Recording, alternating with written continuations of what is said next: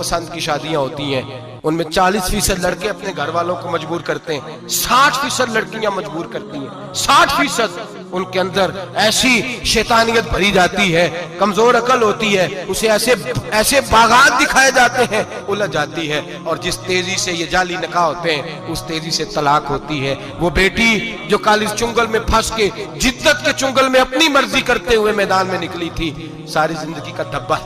لگا کے گھر بیٹھ گئی۔ لڑکا طلاق دے کے بھی پاک کا پاک ہی رہتا ہے، اور بیٹی کی منگنی بھی ٹوٹ جائے تو لوگ کہتے ہیں کوئی نہ کوئی بات تو ہوگی، ایسے تھوڑی ہو جاتا ہے۔ بیٹیوں، تمہیں رسوا کیا جا رہا ہے، بہنوں تمہاری عزت سے کھلواڑ ہو رہا ہے، تمہیں بازار کی زینت بنا کے تمہارے اصل مقام سے تمہیں گرایا جا رہا ہے۔ تم سمجھ رہے ہو ہم جدید ہو گئی، لیکن تمہارا نقصان ہو رہا ہے، تمہیں رسوا کیا جا رہا ہے۔ آؤ در رسالت مآب پہ، آؤ میرے نبی پاک کے دروازے پہ۔ میرے حبیب نے فرمایا جس بی بی میں 4 خوبیاں ہوں، کتنی ہوں جی؟ یہ آپ نے دعا کر دی، اللہ کرے میری بیٹی میں 4 خوبیاں آ جائیں، اللہ کرے میری بہن میں 4 خوبیاں آ جائیں، اللہ کرے ہماری گھر کی مستورات میں، اونچا آمین کہیے، سب میں 4 خوبیاں، اللہ کرے بھر جائے 4 خوبیاں۔ میرے حبیب نے فرمایا جو بی بی ضروریات دین کا علم جانتی ہو، دوسری خوبی اس بی بی کے اندر یہ ہو کہ وہ بی بی اپنے خامن کو راضی کرنے والی ہو، تیسرا فرمایا اس بی بی میں خوبی یہ ہو کہ اللہ کے محرمات کا خیال رکھتی ہو، حرام میں نہ پڑتی ہو، چوتھا فرمایا پردے کی پابند ہو۔ فرمایا جیسے ہی وہ مرتی ہے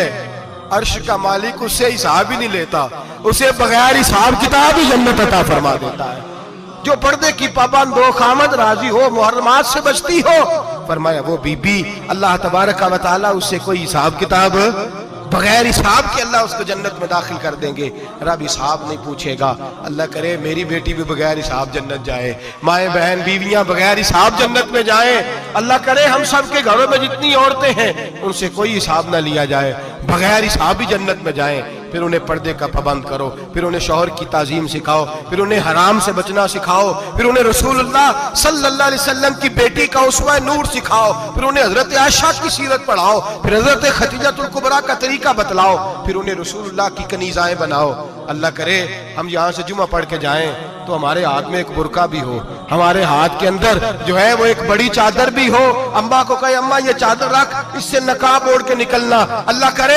چودھری صاحب سرپنچ صاحب کی پنچایت میں کوئی ایسا مقدمہ بھی آئے جو آ کے کہے میں بیوی نہیں رکھ سکتا، یہ پردہ نہیں کرتی، یہ کہیں مجھے بھی عذاب میں مبتلا نہ کرے۔ اللہ کرے شوہر